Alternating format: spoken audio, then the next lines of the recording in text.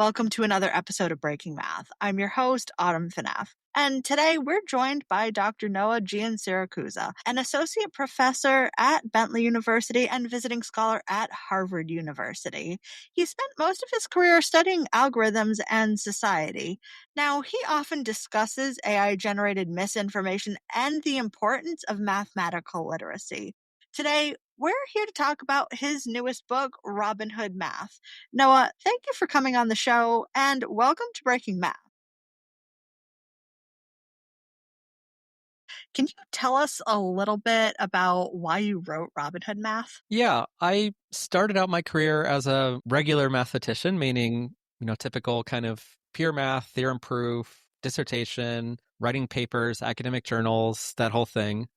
The pandemic rolls around, and I just couldn't get myself psychologically up to writing more papers. We had a little kid at home that, during pandemic, we ended up homeschooling, and it's just, life seemed really different. And I was just in the mood to try something different. And for whatever reason, what came to mind was try writing a book. And I don't know why that seemed like the right time to do it. Life, I would say, was harder than it had been, but I also had a lot of time at home. So I thought, let me try writing a book. And I wrote one that was more or less self-published and, sold maybe 10 copies total. But I loved every minute of the whole experience. I loved writing. I loved producing a book. I loved putting it to the world. And kind of that was the moment when I thought, I got to do more of this. So Robin Hood Math was me doing more of this. I got an agent, and she's been wonderful. She and I brainstormed ideas and really tried to think of things that might resonate with people. And the thing that struck us and that the book ended up being about is so much of our life, what we go through is just filtered through the lens of algorithms. I wake up and I open my phone, I'm on social media, and an algorithm shapes what I see. I get up and I drive to the bank. Maybe I'm interested in taking out a loan for something. An algorithm is involved in my FICO score, algorithm involved in whether I get the loan approved or not. I look up college rankings, there's algorithms. I apply to college, there's algorithms. I'm teaching my students and they're using chatbots, which involve algorithms. I'm using chatbots, which just everywhere is algorithms. I search for information, that's algorithms. And so we just felt algorithms are everywhere. And there's been a lot of writing about the harms of this, how there's bias, how there's inequity, there's a lot of addiction, there's a lot of downsides. And I just noticed whenever I read about these issues, it's very, for me, compelling. Like, I always think like, oh shit, things are really bad. It's really scary. These tech companies have a lot of power. We don't know what's happening to society. We don't know, especially, again, as a parent, like what's happening to the next generation, but even our own generation. And I just felt like, where's the positive note? Where's the, let's do something to make it better? At best, I would see, Congress is discussing some new law, some regulation, and it never gets approved. There seems like there's zero hope that, that's going to come from the federal government, at least. And so I thought, look, I'm a mathematician. I know algorithms run on math. Isn't there some way that we can understand these algorithms? And maybe with that understanding, kind of, I don't know, turn the tables on them. We're manipulating them a little bit more than just them manipulating us. And that's kind of the idea behind the title, Robin Hood Math, is can we take math from the elites, like the tech companies and the bankers and all that, and give that math, that mathematical power to ordinary everyday people so that they can better navigate this world we live in. If you're a lineman in charge of keeping the lights on, Grainger understands that you go to great lengths and sometimes heights to ensure the power is always flowing, which is why you can count on Grainger for professional-grade products and next-day delivery, so you have everything you need to get the job done.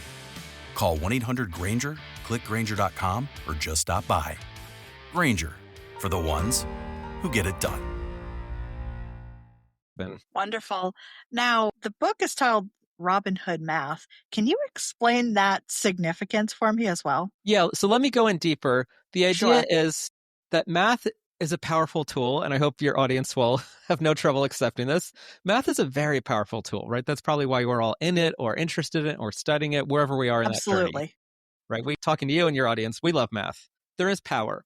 But what happens to a lot of people who study math and graduate? Some of them go on and become math professors. That's fine. Some of them become economists. That's fine. Some of them work on Wall Street, do hedge funds. That's fine. Some of them work for National Security Agency doing code breaking.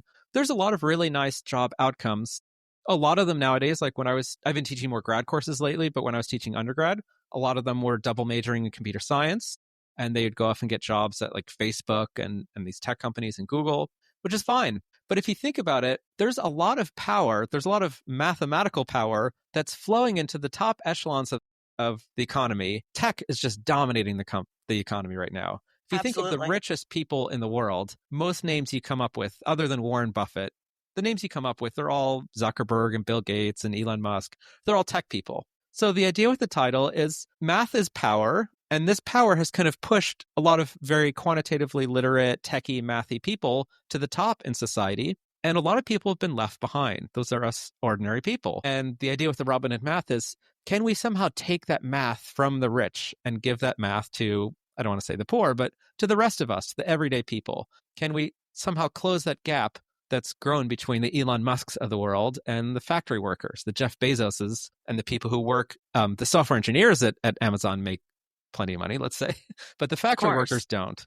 So why is there this huge gap? I think part of it is mathematical literacy. The book is, it's not going to fix these problems, but it's aimed at reducing that gap and saying, can we make math more accessible to a wider public by really focusing on practical things that help people in the world we live in today?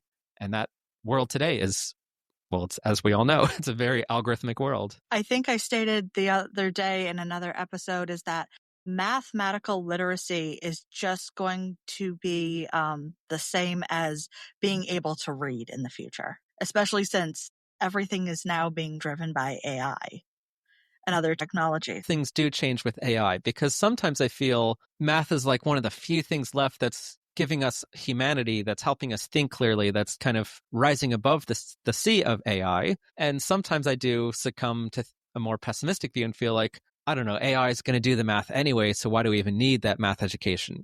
Whatever I want to compute or calculate or think about, like if I'm trying to figure out, is it safer to fly or take a train, instead of doing some cool little estimates and calculations, just ask ChatGPT and it does it for me. Right. But that's not the same. I mean, I'm trying to let myself not buy into that argument that, we can just give up. I really do think math is the enduring principles that help us rise above automation and everything else. These are ideas that have been around for literally hundreds, if not in some cases thousands of years. I think it would be a shame to, just because a few apps came out in the last couple of years, to say, oh, guess what? We don't need math or math literacy anymore. I feel like I'm going to trust the historical trend. I think we need it more at this point. Now, I think that's true, and I hope that's true. Yes. As a math educator. That's my job. That's our job in one way, shape, or form. That's right. Now, I'm curious, you use a lot of real-world examples throughout the book, whether it's been some sort of scandal with the U.S. news and college rankings, or Sam Bankman-Fried's rise and fall. So did you find anything shocking in your research when going through this book, whether it was in the book or... Well, I love this question, so let me zoom out and add a little pre-context, which is, I'm not a writer, at least I wasn't. I haven't been trained as a writer. I'm a mathematician. So when I started writing this book, I knew I wanted a chapter on, let's say, Bayes' formula. So I write a bunch of math around Bayes' formula. I try to make it, I'm a math teacher, so I try to make it really accessible and understandable. And then I hand it off to my editor, and she wisely says, you need a frame, an opening frame for this. And I respond back, what does that mean? I don't even know. I don't even know the lingo, right? I'm really not a writer. So I learned a lot through this process. But what she really meant is, especially in popular nonfiction, it's different if you're writing a novel or if you're writing a memoir, but in popular nonfiction, it really helps to have a real gripping anecdote or opening experience for every chapter, not just the book, but every chapter that kind of sucks the reader in and gets them thinking, wow, that happened. I wonder why. I wonder what's going on. I wonder what what's behind that anecdote. So something tantalizing, it's almost like an amuse-bouche or an appetizer in a meal, something that sucks you in, where then you have the reader and you can expound on that and you can kind of zoom back and explain the math and then show how it works and then tie in and say, now that you know this math, now you can understand that anecdote. So for Sam, explain this in one example and then I'll finally answer your question. So for Sam Bankman-Fried, what happened was I wanted one chapter basically on the expected value formula, which many of your listeners probably know or have heard of, but this basic formula in probability theory. And I wanted to just kind of teach it to readers and explain why it's important or relevant. So then I think, okay, I need some story, some anecdote, something in the news that involves expected value. And I'm just browsing, reading this article about Sam Bankman-Fried. I was working on the book a couple of years ago when he was more in the news. And it mentioned that the article I was reading said, every decision he makes is based on the expected value formula. And I thought, well, holy crap, this guy's in the news every day. Everyone wants to know about Sam Bankman-Fried, his rise, his fall, everything. And apparently he's using the expected value formula just obsessively. So that became an easy hook, right? Start the chapter by talking about what he did and then slowly explain the formula and the relevance. So that's just to give your listeners kind of a sense of the writing process of, I didn't, when you mentioned research, as a math professor, mathematician, when I think of research, I think of like trying to prove a new theorem. I'm going to go read some journals and see what arguments are out there. It's very different than book kind of research. So for book research, I knew the math I wanted to convey. I'm not researching the expected value formula, but research meant finding these real world relatable stories that gave it relevance in life and something that people connect to. So now I'll finally go answer your actual question. During all this research, was anything surprising? Yes, the thing that surprised me the most was I kind of outlined what each chapter would be as far as math. One chapter is going to be about predictions, one chapter is about expected value, one's on Bayes formula, one's on, I can't even remember all the chapters now, but each one has a math topic, and I round it out with a story and application, etc. What I found strange when it all came together was the math involved in almost every single chapter was basically the same. It was this thing called a weighted sum. And a weighted sum, as you probably know, is just you have a bunch of numbers that you add up. That's the sum part. But you weight them by multiplying each of these numbers by some constant ahead of time. So you can apply different weights. And it turned out, so I had one chapter on college. You said college news, U.S. News college rankings. Yep. They use weighted sums to produce these rankings. Then I mentioned expected value. Well, you can think of expected value as a weighted sum. You can think of it as the sum of the probabilities weighted by the value of the outcomes, or you can think of it as the sum of the values weighted by the probabilities. There's a chapter on social media algorithms, and it turns out weighted sums show up. So that was the biggest surprise to me, is the simplest math thing, right? Like just adding and multiplying numbers, like literally just arithmetic, well shy of calculus or anything like that, was everywhere. Was all over the world and all over the book, every chapter. And I didn't anticipate that, but it was kind of cool. Life is a workout, and Smoothie King is here to help you power through. Whether you're grinding out bicep curls or muscling the couch across the living room, crushing morning miles, or sprinting through back-to-back meetings, Smoothie King has fuel to help you maximize your workouts, own your recovery, and elevate your game. Give your body the energy, protein, and power it needs with a lineup of delicious smoothies made to help you conquer your goals. Only at Smoothie King. To see that happen. What I found really interesting was that you teach readers math that they can use to navigate their challenges and decisions that they face in life.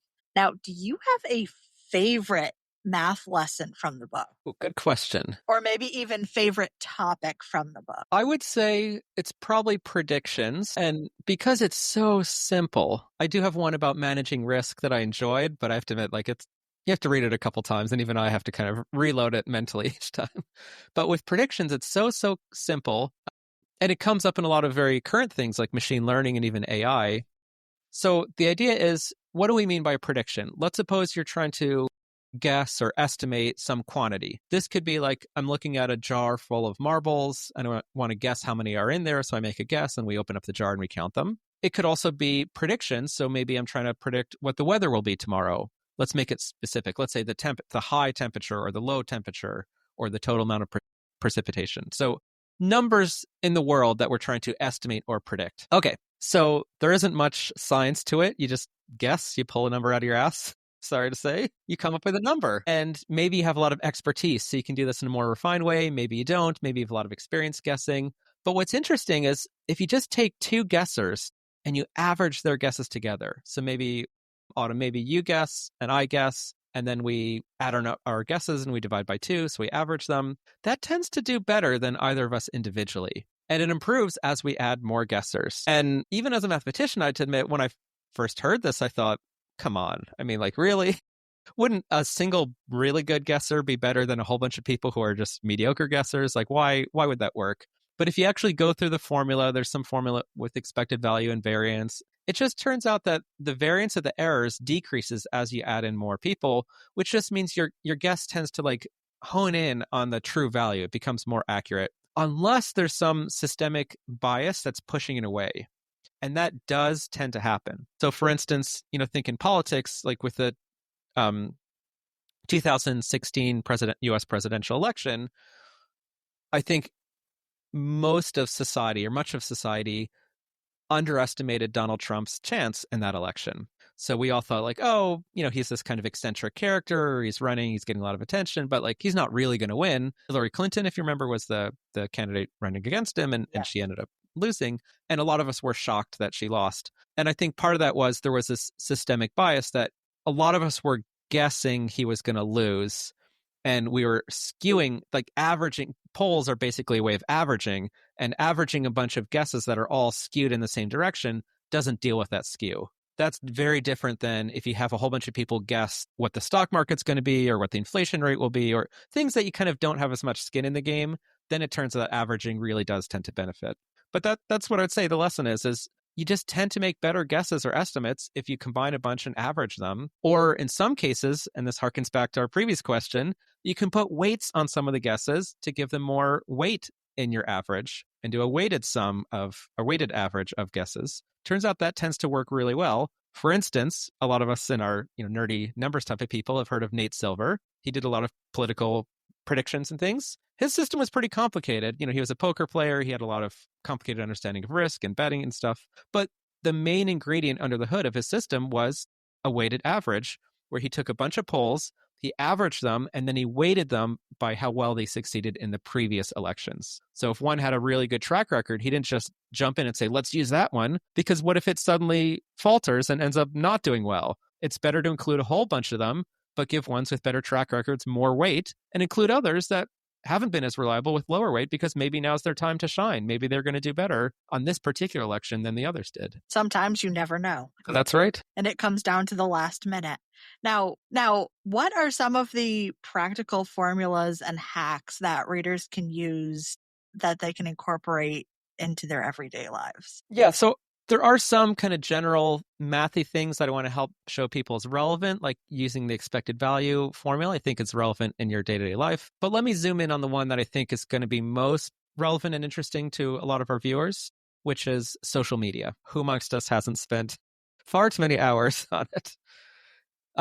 So we all know the basic experience. You go online, whatever your app is, the platform, and you see a lot of content, right? You might be swiping or scrolling, whatever it is, or on YouTube, things are being recommended. There's just a lot of stuff, and it keeps going, and it's all automatic, and you have very little agency, right? It's just, it knows you. The algorithm knows you better than you know yourself. So it's not like in the old days, I'm dating myself here, but the old days when you used to go to Blockbuster Video and, decide what I want to watch and pick out the video, it's more like... The only people that I think that listen to us, we only have a couple viewers that I am aware of that are in India that are not at least of our generation. Okay. So there we go. So you're not dating yourself that much. I'm not dating myself. I'm dating your entire podcast. We are, yes, pretty much. I can live with that. Yep. But you have to admit there is a big difference between entrusting the user, the viewer, to make their choices, which is how society used to be in so many ways, not just videos, to suddenly switch into entrusting an algorithm, which really means entrusting a tech company, but the tech company is hands off, right? It's not like Meta is sitting there like, I bet Autumn will like this photo on Instagram. No, they just create an algorithm which creates the feed. So we're very hands off, right? Everything, our entertainment, I mean, we talk about AI coming in and automating and changing things, but a lot of our entertainment hasn't been produced in a content production way by AI, but the distribution very much is AI. Some algorithm is deciding who watches what when. So you wanted something practical. So let's zoom in on this. So when I go on a platform, there's a whole bunch of things I could see. Let's just do TikTok because I know that's a very popular one. So TikTok is a big platform. You go in there and you see a video and you can swipe past it and you get another video and you keep kind of scrolling or swiping through and you see a whole sequence of videos. And somehow your swiping patterns, it learns a lot about you and it hones in on what you're interested in without you even knowing what you're interested in. How is that happening? Well, in 2021, a journalist for the New York Times, Ben Smith, got a hold of a document that was meant to be used internally at TikTok to train. Basically, it was like written by the engineering team at TikTok to help give a sense to all the employees outside of the engineering team how the algorithm works and what it does. So it was an explainer, not overly technical explainer of the algorithm, but it was meant for TikTok eyes only. That was the intention. Of course, it leaked. Ben Smith looked at it. He published it. I had to look at his article. There was this formula. I don't recommend reading his original article. He doesn't know LaTeX. That formula was not typeset in any legible way. We're not going to talk about. It was not. Anyway, I will help translate it for you. So he gives this formula, and it's a mathematician can recognize, and I can help you go through the weeds here. It's an expected value formula. The formula was basically there's some weight on likes times the probability of a like, plus a weight on comments times the probability of a comment, plus a weight on watch time times the expected watch time. So what the heck does that mean? What's going on? Every user that logs in, that goes online, that's on the app, they could see one of a billion videos or probably more. And the app has to somehow score these from highest to lowest of what one thinks you're most interested in watching. So how does it do that? It uses this expected value formula.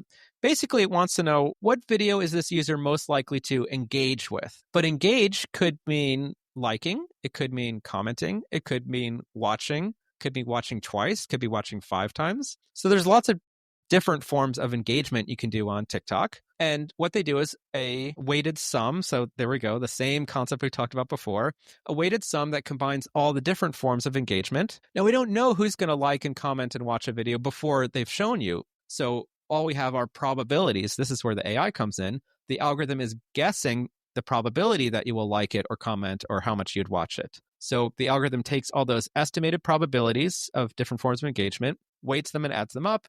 And that gives you the sort of total estimated engagement, total predicted engagement, which is an expected value if you think in probabilistic terms. The algorithm then sorts your videos from highest to lowest according to this score. So if it thinks this one video will get more weighted engagement from me than this other video, then it plays that first video first. So the punchline is TikTok never told us the weights here, so it's frustrating. I don't know how much a like is worth relative to comment versus watch time, but just knowing this formula I think already is helpful, because I always heard that, social media is driven by engagement. It's all about engagement. But I think this gives kind of a clearer sense. Like one of these factors is watch time. So let's unpack what that means. Because the number of seconds I watch a video is in this formula with some weight. Let's say the weight is just 1. So a second of watch time is 1 point, whatever that means. If I watch a 10-second video one time, that's 10 points. If I watch it 3 times, that's 30 points. The funny thing is, as I was writing this chapter, sometimes I noticed I didn't really use TikTok, but I was on like Facebook Reels or something, and I'd be watching something and it would say like, you won't believe what happens at the end, or watch what this one guy does at the end, or it's a comedian telling some joke or something, and I watched the whole thing and I missed it or I didn't get it. So I watched it again. And still, like, nothing's happening. I watched it a third time. They don't have something intentionally. There's nothing there. Right. And then I scroll by. Well, now I know exactly why, and all of us know.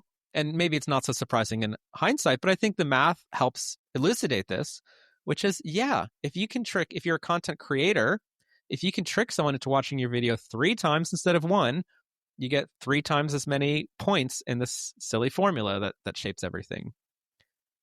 Same with comments, right? If I post something that elicits lots of comments, and this has been an issue on Facebook, some conspiracy theory thing shows up, my temptation is to write, this is bogus, don't fall for this, it's not true. Facebook just sees that's a comment, that's engagement. It makes that post more popular, and it makes me see more other posts like that because it's just boosted my probability of commenting on conspiratorial posts. So just being aware of this formula helps us know the rules of this game that we're all playing, which is we got to start choosing our engagement a little more carefully. So just use social media, have fun, but just remember, every time you like, that's not just telling the person who created the video, this is good. That's telling the algorithm, I want more of this content. Every time you comment, you're rewarding that content and you're encouraging the algorithm to give you more of that content. If there's something like, let's say, a TikTok video that's really bad, you watch it once, don't watch it again out of hate. Like, oh, that was horrible. Just move on. The minimal amount of time, the minimal engagement, just get out of there. That or automatically dislike it. Yeah, except who knows? They might use dislikes as engagement signals, and that's Someday. where we don't know the details, so it's frustrating. Yep, it might not be in your algorithm, but it might be in someone else. When your company earns unlimited 2% cash back on all purchases with Capital One, that's serious business. So Stephen at SandCloud got a serious business card, the Spark Cash Plus card from Capital One. We used our 2% cash back to help build our retail presence. Savvy, Stephen. And we get big purchasing power, so our business can spend more and earn more. The Spark Cash Plus card from Capital One. What's in your wallet? Terms and conditions apply. Find out more at CapitalOne.com/SparkCashPlus. If you work as a manufacturing facilities engineer, installing a new piece of equipment can be as complex as the machinery itself. From prep work to alignment and testing, it's your team's job to put it all together. That's why it's good to have Grainger on your side. With industrial-grade products and next-day delivery, Grainger helps ensure you have everything you need close at hand through every step of the installation. Call 1-800-GRAINGER, click Grainger.com, or just stop by. Grainger, for the ones who get it done.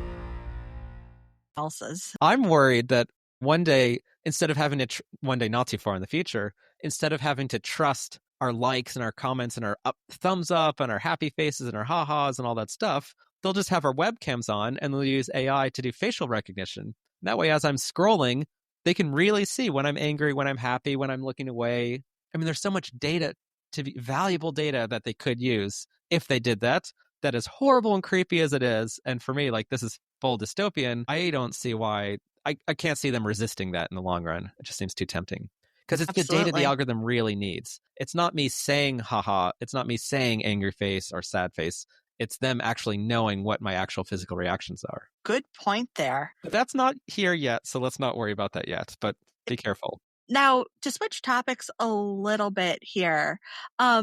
Now, understanding mathematics helps people make a lot better decisions about their finances, such as improving credit scores or making investments. Can you share some light on this? It's not financial advice, but it is in the book. Yeah, for sure. So start with the easy one, which is when I first was seeing that this weighted sum formula was all over the place, more than I expected, I was just like Googling, curious where else it shows up. And it was really interesting to see, this is less kind of in the advice setting, but I'll try to circle back to that. But just mathematical curiosity. So credit scores, the most famous one in the US, but it turns out they're all very, very similar internationally. But in the US, it's interesting. I didn't even realize this until I was writing the book.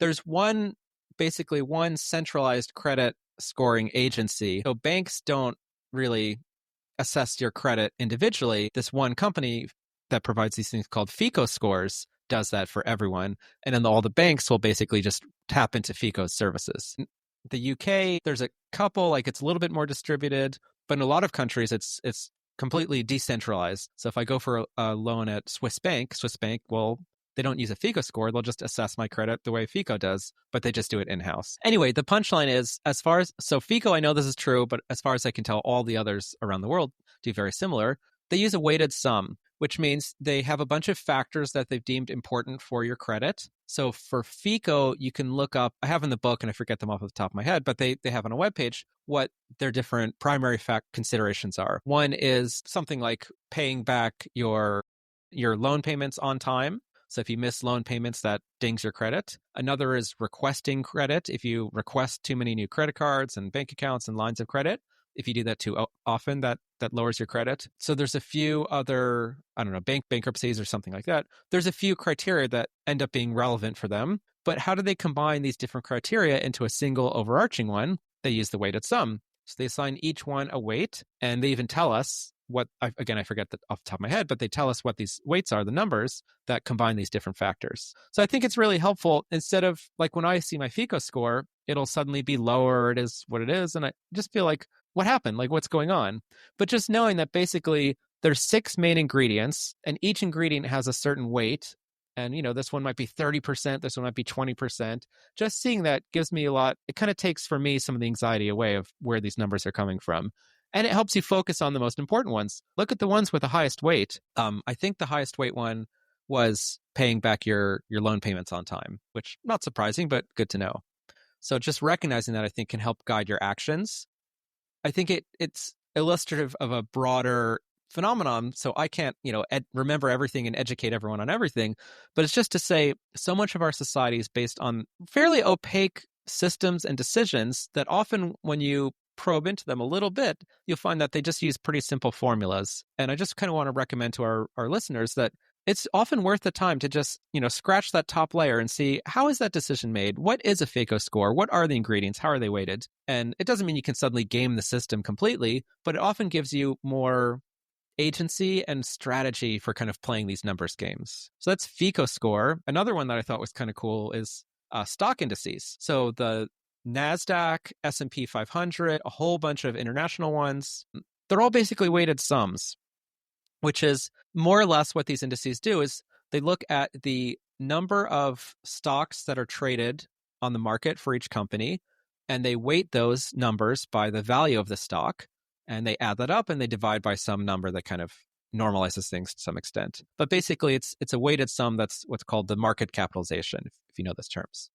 But I'm a mathematician, not a finance person. I thought, hey, that's kind of cool that S&P 500 is more or less a weighted sum. That one, I don't think knowing that affects your life in a day-to-day, but I just thought, for a mathematical audience, that's pretty cool. It's always wonderful knowing some of the other mathematics that's involved in your everyday life. Yeah, exactly. Because we overlook that so much and we just go through things. And sometimes it's just, oh, wait, I forgot about that. Yeah. It's just kind of satisfying. I mean, as someone interested in math, it's cool to see like, hey, this math is useful. It's in the world. And even if you're not, in math, it's kind of, well, it goes back to what you were saying, Autumn, about mathematical literacy is yes, the world is using formulas in a lot of places, and just being aware of these formulas and being mindful of what they're conveying instead of just closing our eyes and saying like, oh, FICO score, I don't know. I have no idea what S&P 500 is. I have no idea what NASDAQ is to realize like they use math, but it's not as hard of math as I would have expected. I'm not a finance person. So when I was writing about this, I had to read about it, and I just found it really satisfying to think, cool, that's math, but it's honestly like pretty easy math. And I'm not saying that in like a cocky way. Like that's really simple math. It's really nice to know that the world's using that, and makes me feel like, next time I'm teaching fractions, why not teach the S&P 500? It's a fraction. Now, out of curiosity, I know that you're doing some book signings. We have a big following in the Boston area. When are they? I know some people, especially our math following at Harvard or other places, yeah, so might want to come and say hi. That would be fantastic. I would be thrilled to, even if just one of them come, that would be so cool to meet a person like that. So I don't know how best to convey, like to write or email, but basically August 5th, so this Tuesday at 7 p.m., that's the official book publication date. And at 7 p.m. at the Harvard Bookstore is a free and open to the public event. You don't have to get tickets or RSVP or anything. You just show up. So that'll be our first event.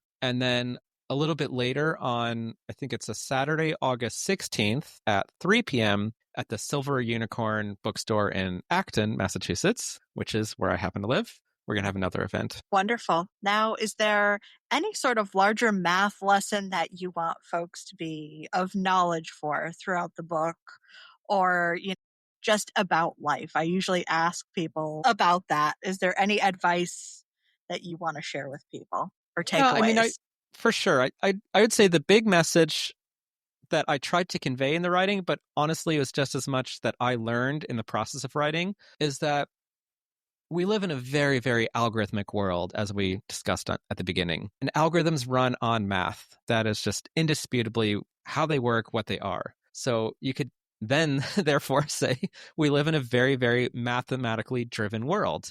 And what I want to say is, I think the key to reclaiming some agency and empowering people and closing some of these equity gaps and just making the world more fair and better and pleasant and fun and empowered for individuals, it has to boil down to mathematical literacy and mathematical ability, because that is our tool for climbing up in this mathy world. And I just want to say, like, the biggest takeaway for me and the biggest message is it's so much easier than you think. It's easier than I thought. That math is everywhere, but most of the math that matters is very, very simple. Yeah, there's some firm on Wall Street that's using some crazy complicated stuff to solve the stock market or whatever. Who knows? Don't worry about that. The math that matters to you and me as individuals in our day-to-day, it's very simple. It's addition and multiplication, some simple formulas. but that little bit can go a long way. Once again, Noah, thank you. Hey, it's Austin James. If you're like me, trying to live your best life while living with diabetes, you can relate to worrying if you're doing a good job managing your diabetes. I use the Freestyle Libre 3 Plus sensor to get real-time glucose readings and see the impact of every meal and activity to make better decisions. The Freestyle Libre 3 Plus sensor can help me live life with diabetes on my own terms, and it gives me more time for the things I love, like being a dad and a musician. Now this is progress. Learn more at freestylelibre.us. For prescription only. Safety info found at freestylelibre.us. So much for coming on the show. And as always, stay curious and stay informed about the world around you. Until next time on Breaking Math.